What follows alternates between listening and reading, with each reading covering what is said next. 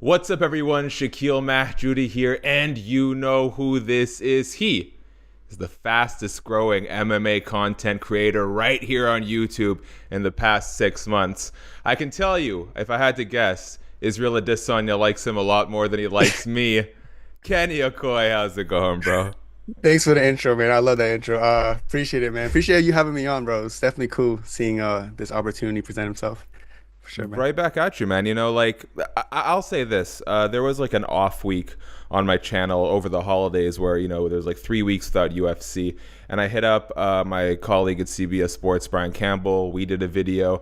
And honestly, it drew way bigger traffic than most, like basically every fight night interview before and after it. Because, as you know, I know you got a new video coming out because you're quick on the ball. There's a lot of UFC content, and it gets a little cyclical, it gets a little repetitive, and so candidly I'm going to take a guess and say that the Kenny Okoye fan base is going to rally around this a lot more than like RoboCop Gregory Rodriguez is ahead of a UFC Apex fight night.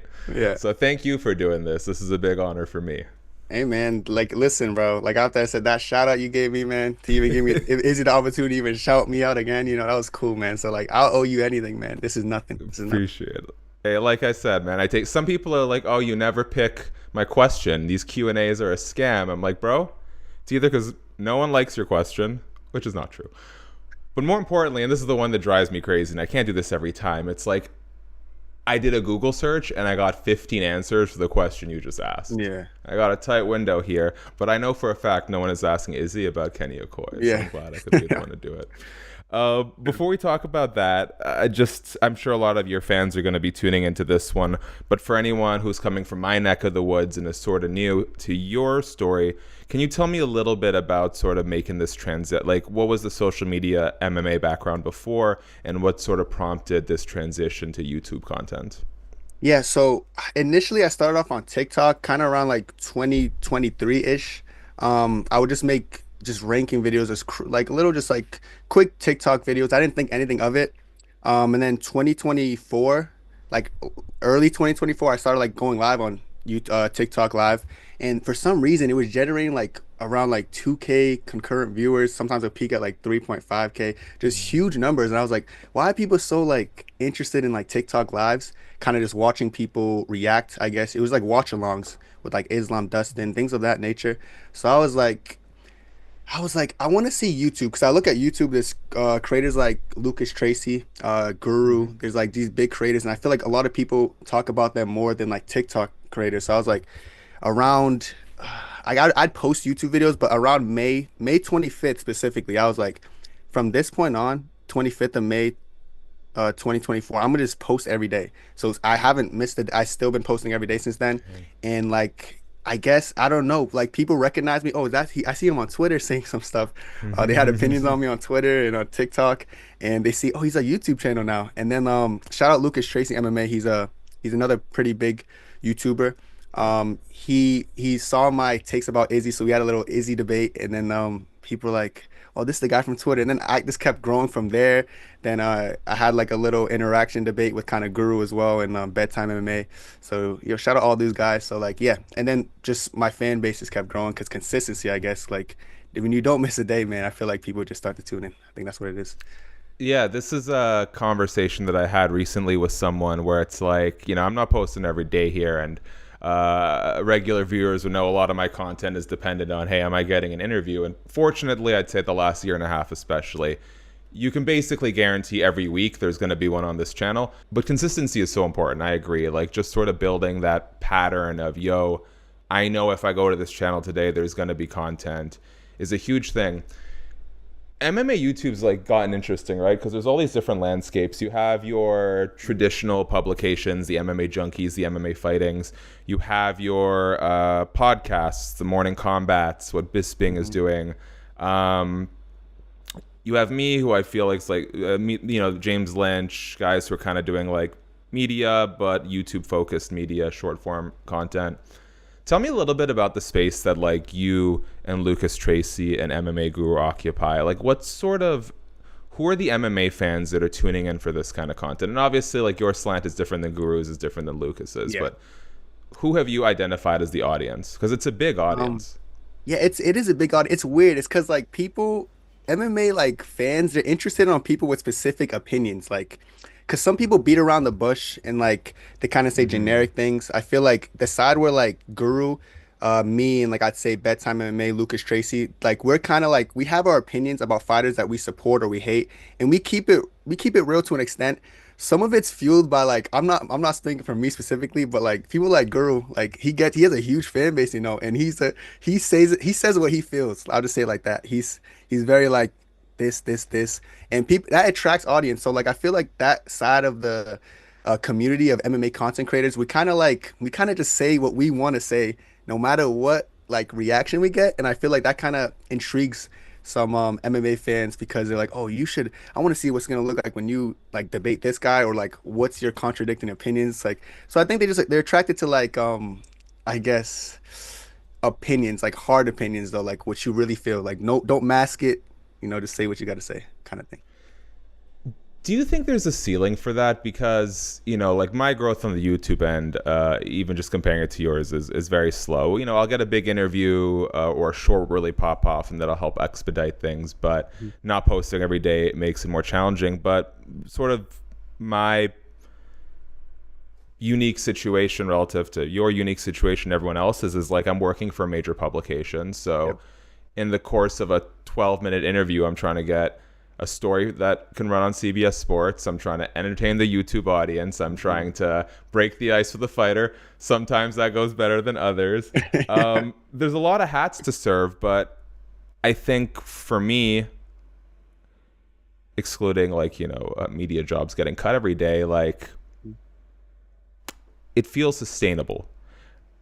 I'm curious, how far do you think a guy, I'm going to just say Guru particularly because you see all the beef he gets into online, Yeah. how much higher can someone like Guru go? Because on one hand, I'm like, the viewership keeps going up. On the other hand, I'm like, I feel like there is a ceiling to saying crazy shit and pissing people off. Yeah, like I'll Like be real. you can't pivot very well off of that. You I know was what I gonna mean? say he's a very like specific case because like his ceiling is like pretty much he's getting interviews with like DJ, he's going on his podcast, he's Mm-hmm. with O'Malley, all those guys.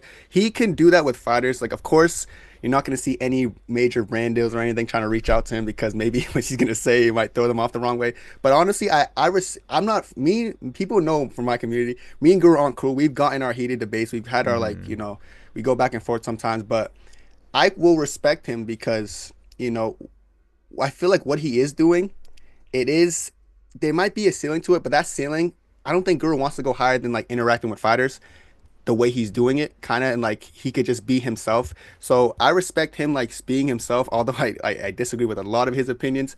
But I don't know if I actually think the ceiling in that kind of realm of thing might be higher because like you said, you're very busy, man. Like you're not just like interviewing these fighters, dude. You have to do Fair, so much bro. behind the scene work, and I respect you for that because There's like a, there's I'm a whole like, wrestling channel too. do Like, you? there's two different YouTube. Yeah, there's a SHAK wrestling as well. Didn't even know that. See, there you Yeah, go, man. Like, I don't know if I could that I honestly I feel like that seems harder to continue at like the high like because you're doing at a very high level. You're getting all these fighter interviews appreciate that. compared to like someone like me who kind of start off like more as a I guess we both start off as fans, but someone who could kind of just like say I gotta say what I gotta say. Listen, if I get a fighter That's a interview, nice freedom too, bro. wait, what did you say? That's a nice freedom to have too. Just say whatever you want to say whenever you Yeah, want to say it. exactly. That's what I'm saying. Like, I don't want to watch my mouth. I'm gonna say what I say. Fighters interact with me all the time, like on through social media and Twitter, which is cool. So, like, listen, I might not be the most people don't. Let's be real. People don't like me. Not a lot of people like me. Like, because whatever the fighters I like they hate or something. Like, Izzy Bilal, whatever. But as long as I could just keep being me, I don't gotta worry about shit. You know, that's the best. That's the best case scenario for me because I don't want to be too anxious about what I'm saying and all that other stuff. But yeah, I'm gonna make the argument that if there's one if there's one industry in which you can just say some crazy shit, not that I don't think you say particularly crazy nah, nah, shit, but nah. it's like you can get away with rubbing people the wrong way. I feel like it's MMA. I Yeah. mean, I saw people. I understand. I understand why people didn't like the Jackson podcast, and I wouldn't have with Bryce Mitchell, and I would not have approached that conversation the same way Rampage's co-host Bear did. Hmm. But just in a bottle, people jumping to the defense of the dude glazing for Hitler, I think Cringe, speaks bro. volume to how much shit you can say in MMA and still have Yeah. still have an audience. Bro, like listen, I agree with the sense that on the Jackson podcast they could have approached it better, but there's the way I felt like people were like, I don't know, almost defending Bryce. I'm like, bro, what's going on? Like, listen, I do agree that he should have let Bryce say his piece, but I was like, I really couldn't be bothered with the kind of Yeah. feedback that whole It's just thing like got. don't But do the pod, like don't invite him in the first place, or anything, yeah, there's so many different ways to go about it. But just the fact that it's fine. I don't want to get into yeah, I this don't too want much. You know, to. it's not my vibe. Yeah. Okay, let's say someone backs up the money truck, says Kenny, whatever you need, man. Build this out. You got all the resources at your disposal. What does this YouTube channel look like a month from now if you have all the money you need to turn it into whatever you want it to be? Oof, that's a good question, you know. Um, Hmm. I'd probably like I do want to like branch out kind of to your neck of the woods in the fact that like fighter interactions on my channel, you know, like on TikTok live I did have like I went live with MVP there. You know, I've had stuff like that, but on my YouTube channel I feel like it's a little bit more sacred almost because like it's like Mm-hmm. this is kind of where like everyone kind of goes for YouTube content. So if I could like get more fighters on my channel, even like in real life interactions or collabs, something like that, I would love to branch out in that aspect because that's like the goal, man. Because I'm a fan, like I said, I'm a fan at the end of the day. You know, I just say what I gotta say. But if I could get some of my favorite fighters on the channel, that'd be the best case scenario. That's what my chat's pushing for a lot too. They're like, bro, when's the Bilal? When's like Izzy? I'm like, if it happens, man, it happens. I'm trying, trying. I think it will too because like one of the advantages you have, and I think it reflects in the growth too, is like once you can leverage the size of your YouTube channel, that's huge. Hmm. And also you are what I would describe as chronically online, and it works for what you're trying to accomplish. And it's one thing that I think holds me back a lot, especially with having a full-time media career as well. It's like when my 8 hours are done, like I do not have the mental load to be on Yeah. Twitter or Instagram or TikTok. And like I don't think it's too much of a secret, although people might still be confused. It's like I get a lot of my interviews through the UFC or through management, and I Hmm. don't necessarily have much of a direct line with a lot of fighters. So it's like, if I get Izzy, it's not Izzy who's it's not Izzy who's like, oh, Shaq, I love that guy. Not that we Yeah. have any problems, but it's just like he doesn't even know who I am, right? He Yeah. knows who Kenny Okoye is. So I think you can go a long way in this business by putting yourself out there and making relationships with people. And I feel like it's headed your way sooner than you might think it Appreciate is. that, man. Thanks, man. That's what I hope so, man. I hope so because I do have fighters that I want to like just get on the channel for multiple reasons. Not even if they're not booked for a fight, like just to, just to like some chill stuff. Like I would love that. Like and yeah, even if I did get them on my channel, another thing I want to point out, I probably wouldn't like ask them typical like you do a good job of this. I'll give you a good shout here because Okay, you're not 10 to 12 minutes. I'm doing what I can.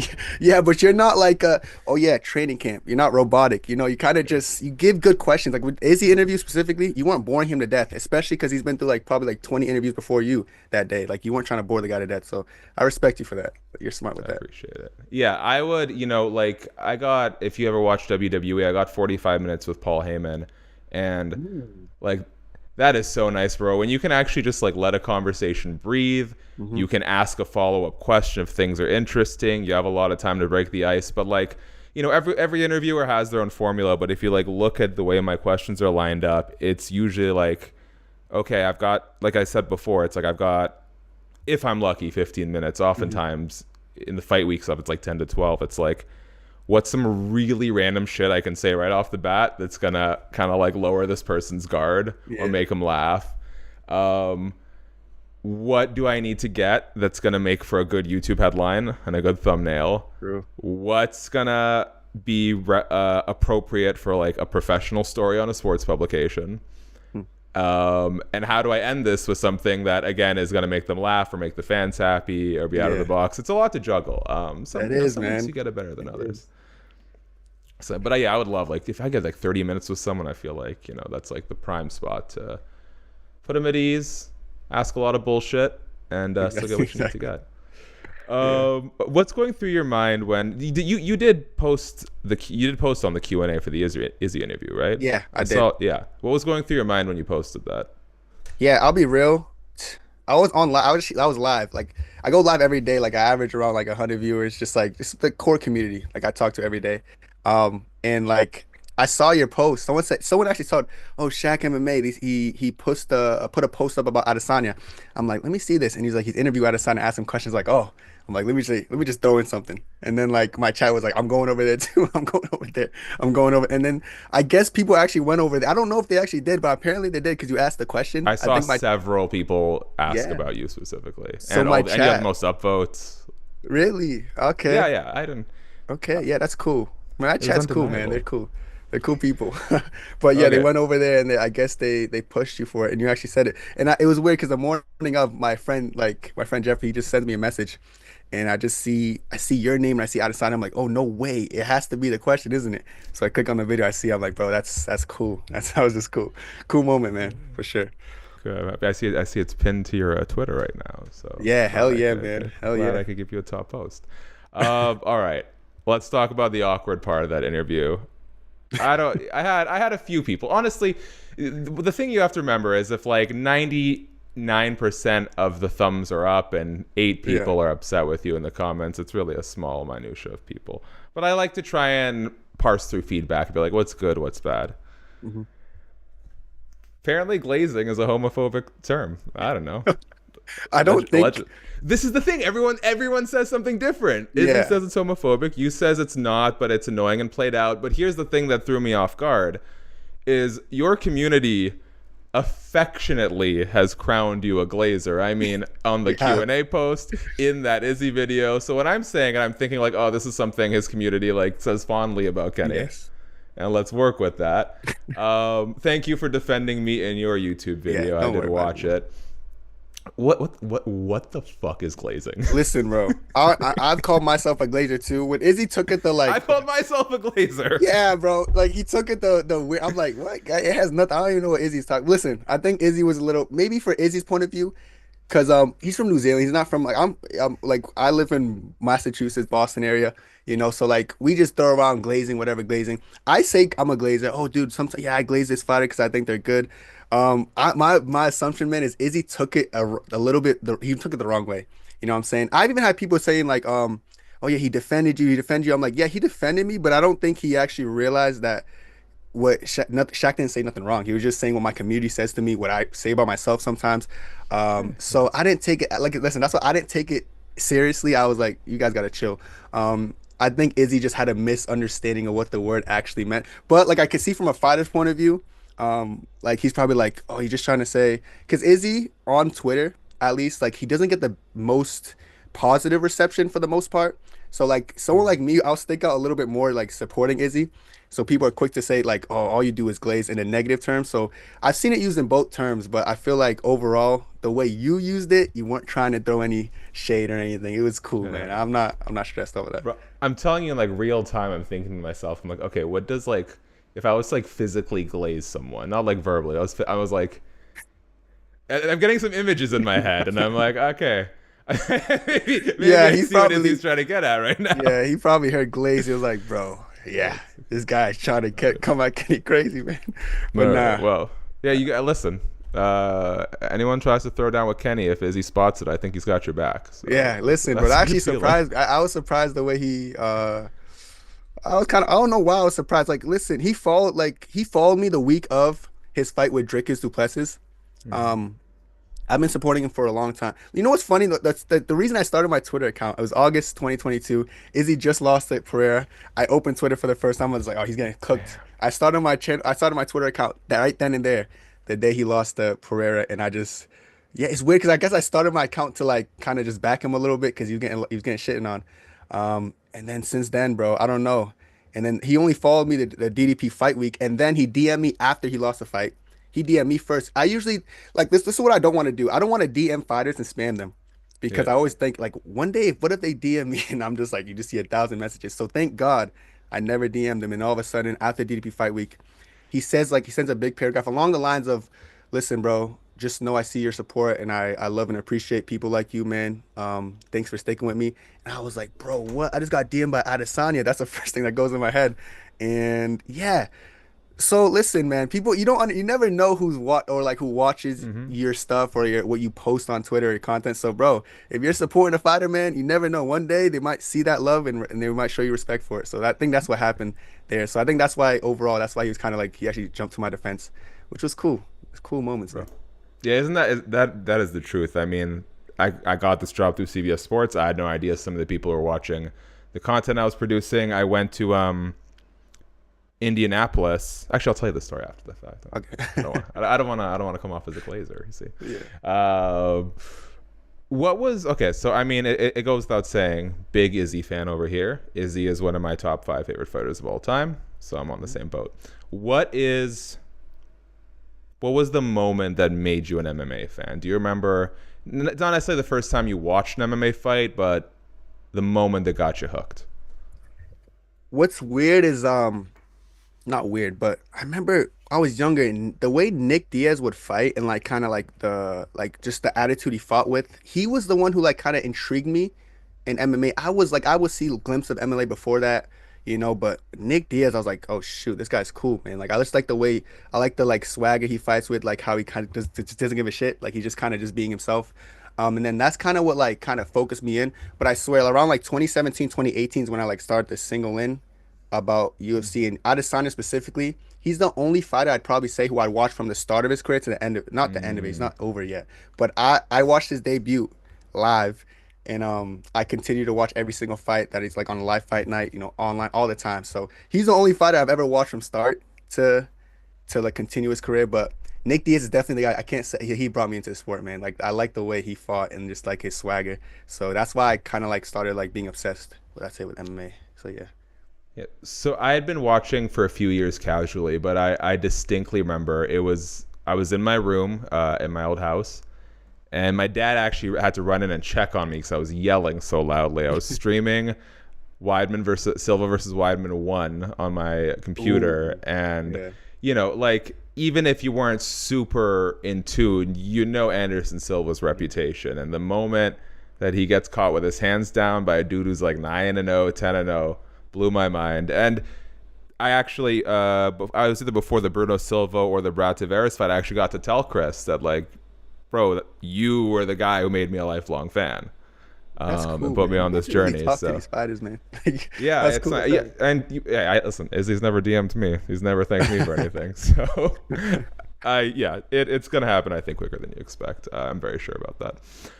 All right, I gotta let you go here shortly, and as we've mentioned periodically throughout this interview, I'm good for nothing if not a really stupid fucking question. So, in honor of everything that has brought us together, Kenny, I have 5 food items here, and I would like you to tell me if they're better glazed or not glazed. All right, fair enough. I like it. Right? Let's do it. Let's do it. Donuts, glazed or old fashioned? Glazed. All right. Glazed. I have to. A ham. You want honey glazed or is that too much? Just regular glaze. And the honey glaze is starting to push it. All right. Carrots glazed. They can be cooked, but they can't be. They're either like raw or cooked, or you can have that like honey glaze on the carrot. Nah, regular carrots. Regular. All right. Not Salmon glazed. glazed or not? You said what? Salmon. No. Do you glaze salmon? You're not much of a glazer, dude. Do people glaze salmon, bro? I don't even know. I'll throw soy sauce on it. I ain't glazing it. The soy sauce is a good call, actually. My friend's like steak hack. He swears by soy sauce and mustard, and then you barbecue it. Ooh, Don't knock it. Don't knock it. okay. I don't ever want to hear a single one of your fans call you a glazer today because you're 1 for 4 right now. I know. I know. All right, we'll pivot on this last one though.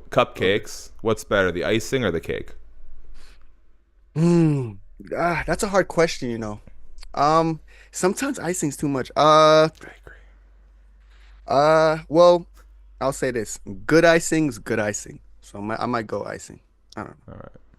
That's close Are though. you are you doing any of that weird shit where you like slice the cupcake in half and then make like a cupcake sandwich? Listen, you say it's weird, but I've done that before. It works sometimes. Sometimes it works. Listen, it's been a minute, but sometimes, brother, I'll go for it. I'll go for that. All You know. right, all right. Now listen, I have a hunch that I'm not going to be able to compete with Kenny Okoye in his own MMA YouTuber rankings, but if I don't get an undeserved, Brother, $5 under the table bro, nomination at least, I'm coming for your head next time. All right, Kenny? bro, listen, you're 130% gonna be on that list at the end of the year, bro. Don't even sweat it, brother. Listen, bro, Perfect. you're there. Yeah, I got to get on the ground floor before you eclipse me. Okay, so I'm thinking ahead. Yeah. Kenny, I want to leave you with the last words here very quickly from me, guys. Especially if you join Kenny, give me a subscribe, tap the bell, thumbs up every week, excluding this past week. Whoops. New interviews with UFC fighters, main event, co-main. We got Henry Cejudo coming. I don't know when this is dropping. You know what? I'm gonna drop this during that Manel Cap fight week that no one's gonna watch. I Okay. I promise you this will do 10x whatever that was gonna do. I bet it will. I bet it Yeah. will. So we'll give you some shine. Kenny, way more marketable than the UFC in my opinion. Anyways, check out the channel every week. New interviews with fighters. Just this year we've had Islam Makhachev, Saryukian, Prochazka, Izzy, DDP. The list goes on. More importantly, Kenny, thank you for the time. If there's anything you want to leave the people with, the floor is yours, my friend. I have nothing to leave you guys with, but listen, brother, yo, always back your favorite fighter because you never know who's watching. And lastly, again, shout out SHAK, bro. Listen, bro, without him, bro, I wouldn't have an Izzy, moment like that. So shout out him for that. And then yeah, go subscribe to his channel. What y'all waiting for? My community, bro, you here, bro? Give him a subscribe right now. Let's go for it.